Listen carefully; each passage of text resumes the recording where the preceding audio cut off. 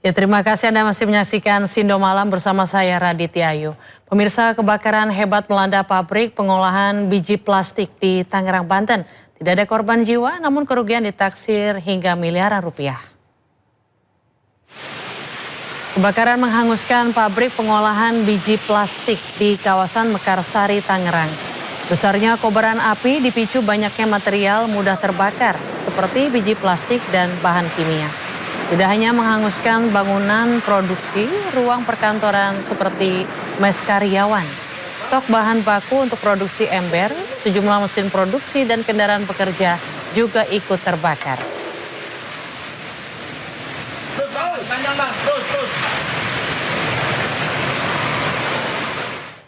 Kebakaran meludeskan permukiman warga di Cengkareng, Jakarta Barat. Diduga sumber api akibat korsleting listrik. Izin komandan, lokasi padat. Kepulan asap disertai kobaran api menghanguskan permukiman penduduk di Jalan Gang Al-Amin, Cengkareng. Kobaran api nampak dari bagian atas bangunan dan menjalar ke bagian bawah. 1 rumah dan 6 kontrakan ludes terbakar api. Akibat kebakaran, 7 kepala keluarga dengan 17 jiwa kehilangan tempat tinggal. Biasa semua, dokumen gak ada yang bisa di... Ketua DPRD Riau Kadarismanto bersama Ketua Fraksi DPRD Riau menyampaikan permohonan maaf kepada masyarakat Riau. Permohonan maaf ini terkait dengan insiden bentrok 2 pendukung anggota DPRD Riau pada Kamis kemarin.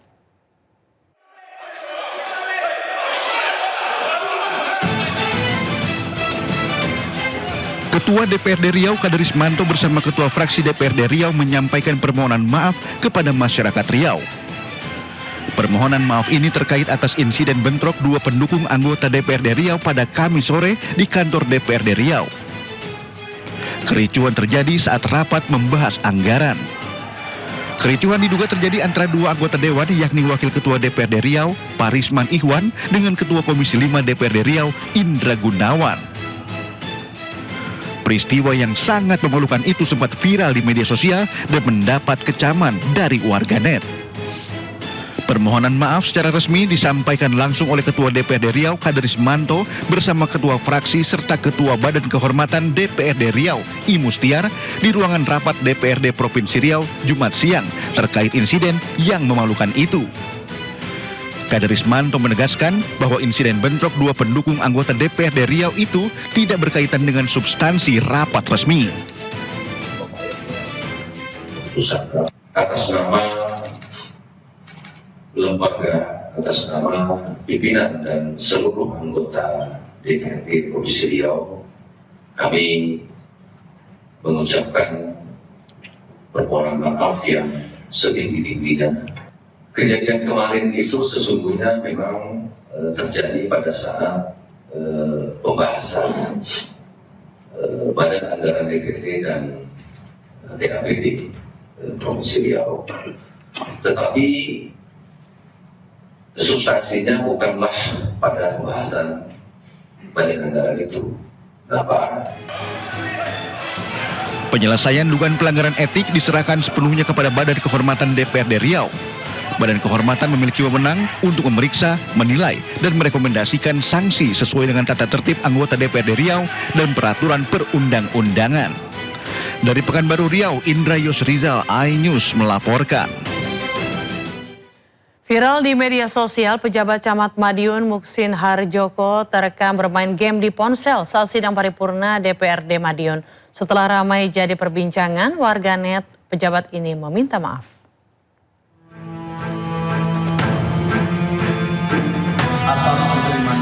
Viral di media sosial, seorang pejabat tengah asyik bermain game di telepon genggamnya di tengah rapat paripurna DPRD Kabupaten Madiun.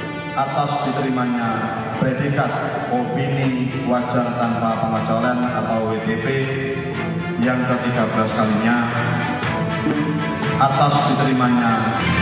Video berdurasi sekitar 18 detik itu pertama kali diunggah pada 15 Juli dan langsung mendapat beragam tanggapan dari para warganet. Awalnya Sekretaris DPRD Kabupaten Madiun membantah dengan menyebut bahwa sosok pejabat yang viral tersebut bukanlah anggota DPRD. Dari pihak DPRD memastikan itu bukan anggota. Yang jelas bukan anggota dewan. Iya, yang jelas bukan anggota dewan. Tapi kalau memang ruangan itu tempat yang viral. Iya, ruang rapat paripurna. Memang ruang rapat paripurna. Ruang rapat paripurna. Iya, cuma acaranya paripurna waktu apa, tanggal berapa kita juga belum tahu pasti. Namun setelah ramai menjadi perbincangan luas, Camat Madiun Muksin Harjoko akhirnya memberikan klarifikasi. Ia mengakui bahwa sosok dalam video tersebut adalah dirinya dan menyampaikan permintaan maaf. Saat itu, Muksin tengah menghadiri sidang paripurna dengan agenda pandangan umum fraksi yang digelar di ruang paripurna DPRD Kabupaten Madiun pada akhir bulan Juni lalu. Ia pun berdalih permainan game dilakukan untuk melepas penat sebelum rapat resmi dimulai. Betul, saya pada waktu paripurna sebagai Camat Madiun. Dan juga menanggapi pemberitaan medsos publik yang beredar di video kemarin itu, memang kami mengikuti sidang paripurna. Kami menyadari bahwa tindakan itu menimbulkan persepsi yang negatif, padahal pada waktu itu hanya masih pra acara kegiatan paripurna. Jadi sebelum paripurna itu kegiatannya, dan itu pun kami main game online, tidak judi online, tapi hanya game online biasa. Ia pun berjanji tidak akan mengulangi perbuatan serupa, terutama saat menghadiri kegiatan resmi, serta berkomitmen menjaga etika dan profesionalisme sebagai aparatur sipil negara. Dari Madiun, Jawa Timur, Arif Wahyu Effendi, iNews melaporkan. Sejumlah barang bukti bernilai fantastis ditemukan di rumah ex-Jampitsus Febri Adriansyah. Dan hingga kini siapa pemiliknya belum juga terkuak. Febri sebelumnya sempat membenarkan rumah disentuh miliknya, namun tidak dengan barang bukti yang disita.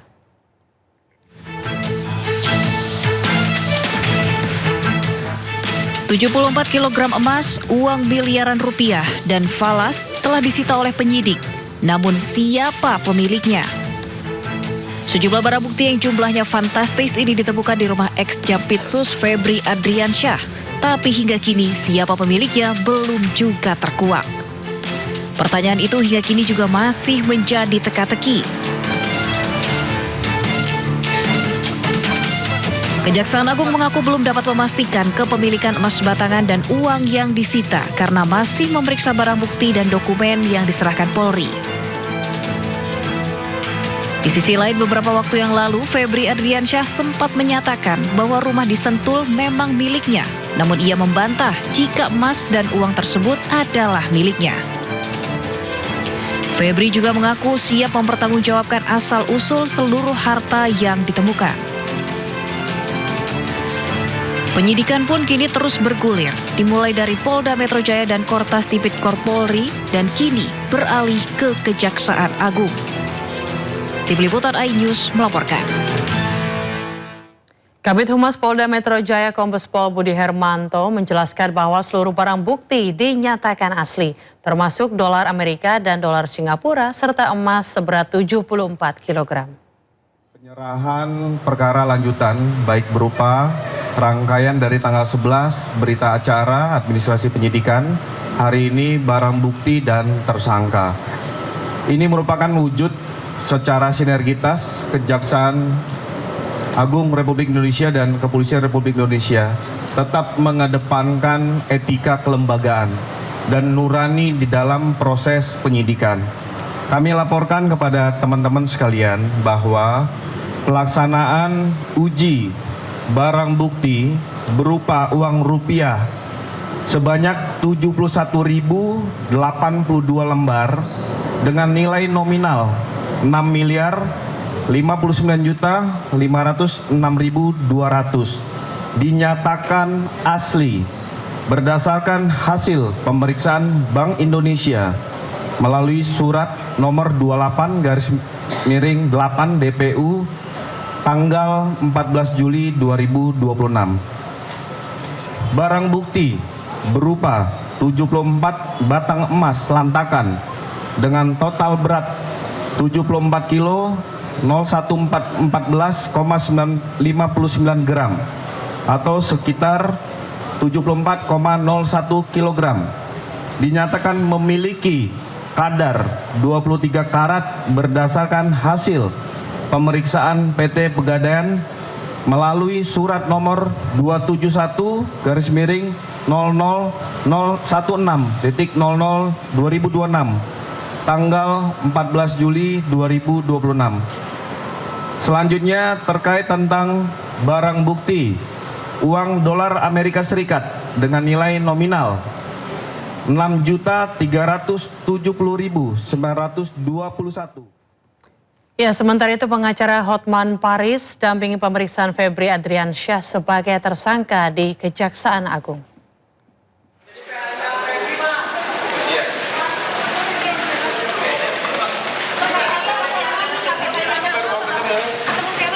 Pengacara Hotman Paris Hutapea telah ditunjuk sebagai kuasa hukum mantan Jaksa Agung Muda bidang tindak pidana khusus Febri Adriansyah.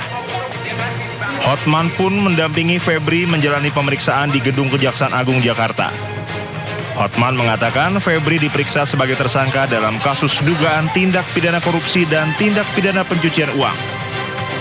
Sebelumnya Hotman mengungkapkan ditunjuk sebagai kuasa hukum Febri. Surat kuasa diserahkan kepadanya pada Jumat pagi. Tim Liputan Anyus melaporkan. Setelah diperiksa sekitar 11 jam dengan 18 pertanyaan, tersangka korupsi dan pencucian uang, Febri Adriansyah tidak langsung ditahan. Menurut kuasa hukumnya Hotman Paris, Febri baru diperiksa kasus korupsi di PT Asabri.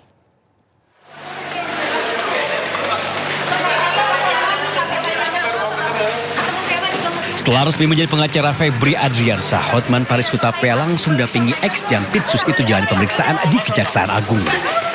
Ya baru mau ketemu, dia nanti dibahas nanti. Hotman menyebut Febri diperiksa sebagai tersangka untuk dugaan kasus korupsi dan tindak pidana pencucian uang di PT Asabri. Menurut Hotman, setelah menjawab 18 pertanyaan dari penyidik Kejagung, Febri tidak ditahan. Hari ini sudah di BAP, tadi dari jam berapa tadi? Jam 10. 9. Dari jam 9 sampai baru selesai, ada 18 pertanyaan. 18 pertanyaannya sudah dijawab dengan baik, dan kesimpulannya tidak ada penahanan. Diperiksa sebagai tersangka. Hari ini hanya sebatas kepada kasus PT Asabri. Febri Adriansyah dan rekannya Don Rito ditetapkan sebagai tersangka untuk 3 kasus korupsi sekaligus, yakni korupsi di PT Asabri, PT Krakatau Steel, dan kasus korupsi pengadaan batubara di PT PLN.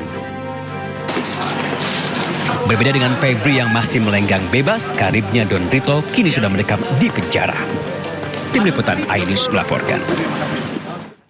Sebelumnya Kejaksaan Agung sempat meralat pernyataannya tentang status hukum mantan Jampitsus Febri Adriansyah. Dalam pernyataan terbarunya, Kapus Penkum Kejagung Anang Supriyatna mengatakan status hukum Febri masih tetap tersangka terkait dengan kasus dugaan korupsi batubara, Asabri, dan Krakatau Steel.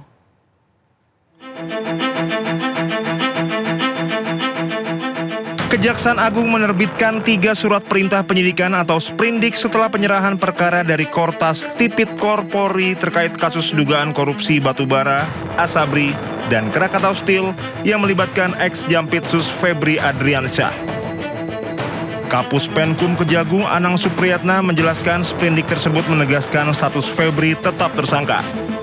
Hal itu didasari penetapan tersangka yang dilakukan sebelumnya oleh penyidik Kortas Tipikor Polri. Saat ini Kejaksaan Agung telah menerbitkan sprindik sebanyak 3 sprindik.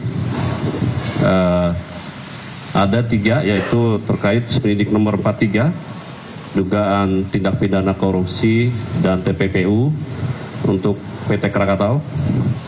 Yang kedua sprindik nomor 44 dugaan tindak pidana korupsi untuk perkara PLTU PLN yang bailout. Ketiga sprindik 45 terkait dengan Asabri, sebagaimana laporan analisa yang kita terima dari penyidik Polri. Jadi sudah dibentuk, dan semenjak diterbitkan sprindik, maka segala kegiatan dan tindakan-tindakan yang bersifat pro justisia sudah beralih kepada penyidik kejaksaan. Dalam proses penyidikan ini, Anang memastikan kolaborasi antar lembaga termasuk supervisi dari KPK dan pengawalan dari legislatif. Kejagung juga telah membentuk tim khusus beranggotakan 9 orang menangani perkara tersebut. sebagian besar dari 9 orang tersebut pernah bertugas di KPK. Tim Liputan Anyus melaporkan.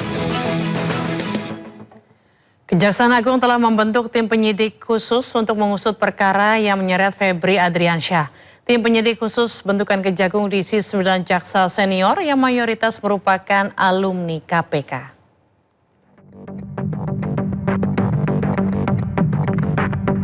Kejaksaan Agung telah membentuk tim penyidik khusus yang diisi 9 jaksa senior yang mayoritas merupakan alumni KPK untuk mengusut perkara yang menyeret ex-Jampitsus Febri Adriansyah. Pembentukan tim 9 ini ada dalam sprindik baru yang sifatnya khusus yang telah dikeluarkan Kejaksaan Agung. Deretan jaksa yang tergabung dalam tim 9 sengaja dipilih berdasarkan pengalaman dalam menangani kasus korupsi. Dalam sprindik baru, kami terbitkan makanya sprindik yang sifatnya khusus, kita bentuk tim khusus.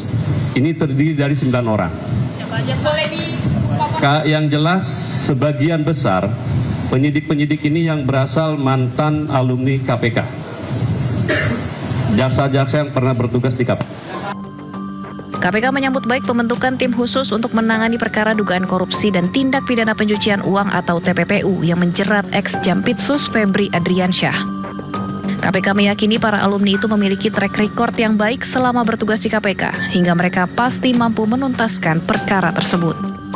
Melihat ini progres yang positif karena Kejagung kemudian dengan segera membentuk tim khusus ya, yang kemudian beranggotakan diantaranya adalah mantan-mantan dari insan KPK ya, khususnya di Jaksa Penuntut Umum. Artinya kami melihat memang kompetensi, pengalaman ketika mereka bertugas di KPK dibutuhkan untuk bisa membantu dalam proses penyidikan perkara tersebut. Usai dilimpahkan dari kepolisian, Kejagung telah mengeluarkan 3 sprindik baru dalam mengusut kasus Febri. Kejagung menegaskan tim 9 ini nantinya yang akan bertugas mengusut lebih jauh perkara korupsi yang melibatkan mantan Jampitsus tersebut. Tim Liputan iNews melaporkan. Tim penyidik gabungan Korps Pemberantasan Tindak Pidana Korupsi Polri dan Polda Metro Jaya menyerahkan tersangka 3 kasus korupsi Don Rito ke Kejaksaan Agung Jumat siang. Selain itu, barang bukti uang dan emas juga ikut diserahkan ke Kejaksaan.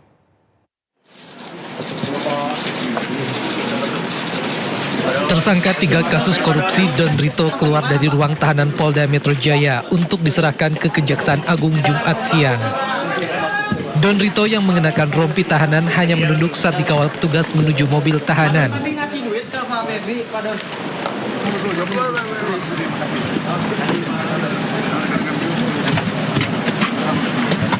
Tidak hanya tersangka Don Rito, barang bukti uang dan emas yang dimasukkan ke dalam sejumlah koper juga turut dibawa untuk diserahkan ke Kejaksaan Agung.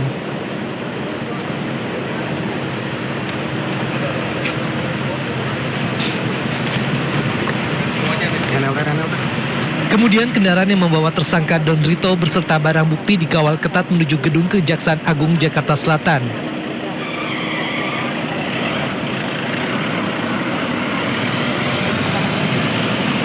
Setelah iring-iringan kendaraan tiba di gedung Kejaksaan Agung, tersangka Don Rito langsung dibawa masuk petugas tanpa menghiraukan pertanyaan awak media yang ada di lokasi.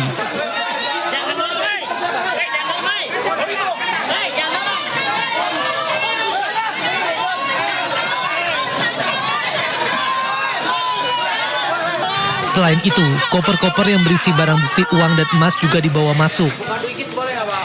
Total ada sekitar 10 koper dan 1 brankas yang diserahkan ke Kejaksaan Agung. Kasus yang menjerat Don Rito berkaitan dengan dugaan korupsi dan TPPU di sejumlah perkara besar, termasuk sektor batubara, PT Asabri, dan PT Krakatau Steel. Dari Jakarta, Tim Liputan iNews melaporkan.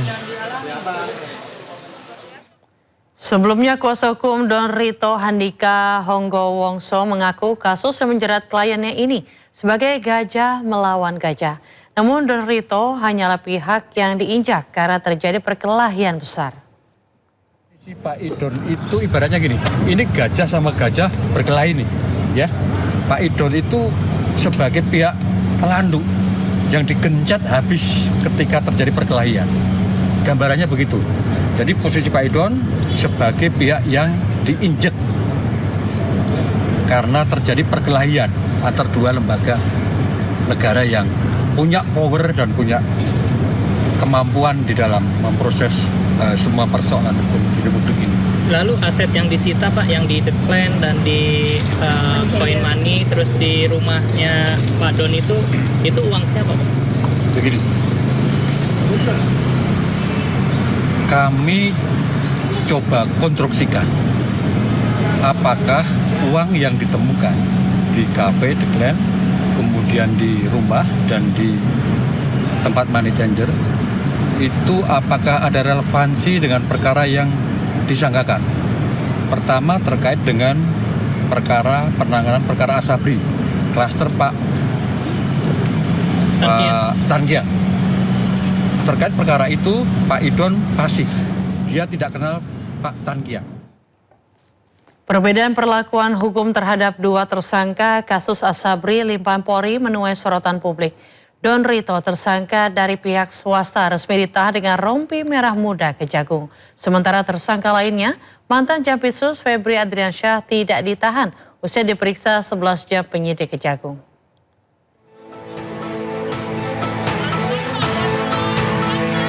Kejaksaan Agung resmi melanjutkan penanganan 3 kasus korupsi yang dilimpahkan oleh Korps Pemberantasan Tindak Pidana Korupsi Polri. Kelanjutan perkara ini ditandai dengan penyerahan berkas, barang bukti, serta para tersangka pada Jumat 17 Juli 2026. Kendati sama-sama menyandang status tersangka dugaan korupsi dan tindak pidana pencucian uang dalam perkara PT Asabri, 2 orang yang diserahkan memiliki status penahanan berbeda. Don Rito, tersangka dari pihak swasta yang sebelumnya mendekam di sel penyidik Polri, kini resmi melanjutkan masa penahanannya di bawah kewenangan Kejagung. Saat pelimpahan barang bukti dan tersangka, Don Rito memang telah berstatus sebagai tahanan atas penetapan Kortas Tipikor Polri. Namun usai diserahkan dan menjalani pemeriksaan di Gedung Bundar Kejagung, penampilan Don Rito berubah. Don Rito yang sebelumnya mengenakan rompi oranye Polda Metro Jaya kini resmi menjadi tahanan Kejagung dengan balutan rompi merah muda. Kuasa hukum Don Rito, Handika Honggo Wongso, mengaku sangat kecewa atas penahanan kliennya terkait sangkaan korupsi PT Asabri Klaster Tankian. Handika mengklaim Don Rito tidak pernah terlibat maupun mengetahui perkara Tankian yang sempat ditangani Kejagung. Handika bahkan menyebut kliennya merupakan korban dari perseteruan antara 2 lembaga penegak hukum. Proses serah terima kami ikuti dengan seksama. Alhamdulillah berjalan lancar.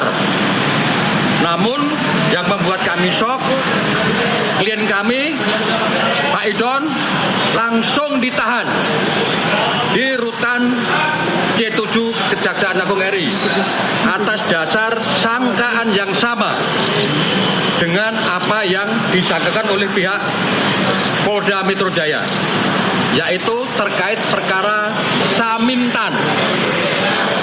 Itu poinnya. Klien kami tidak ada hubungan dengan namanya Ferry Boboho, ya, bahwa keterangan dia yang menyatakan menyerahkan 5 juta dolar Singapura kepada saksi Norman itu fakta yang fiktif, dibantah sama Norman dalam BAP waktu diperiksa di Kortas. Kedua, semua saksi money changer juga sudah diambil keterangan. Semua menyatakan tidak ada penerimaan 5 juta US dollar. Kondisi sebaliknya terjadi pada mantan Jampitsus Kejagung Febri Adriansyah. Bersamaan dengan penyerahan barang bukti, Febri turut diperiksa sebagai tersangka. Kuasa hukum Febri, Hotman Paris Hutapea, mengungkapkan kliennya dicecar 18 pertanyaan oleh penyidik. Berbeda dengan Don Rito, Febri tidak ditahan usai pemeriksaan. Hari ini sudah di BAP, tadi dari jam berapa tadi? Jam 10. 9. Dari jam 9 sampai baru selesai, ada 18 pertanyaan. 18 pertanyaannya sudah dijawab dengan baik dan kesimpulannya tidak ada penahanan. Diperiksa sebagai tersangka. Hari ini hanya sebatas kepada kasus PT Asabri. Korps Adiaksa memutuskan tidak menahan Febri bahkan setelah yang bersangkutan menjalani pemeriksaan sebagai tersangka selama 11 jam. Perbedaan perlakuan hukum terhadap kedua tersangka ini pun menuai sorotan publik. Tim Liputan Anyus melaporkan.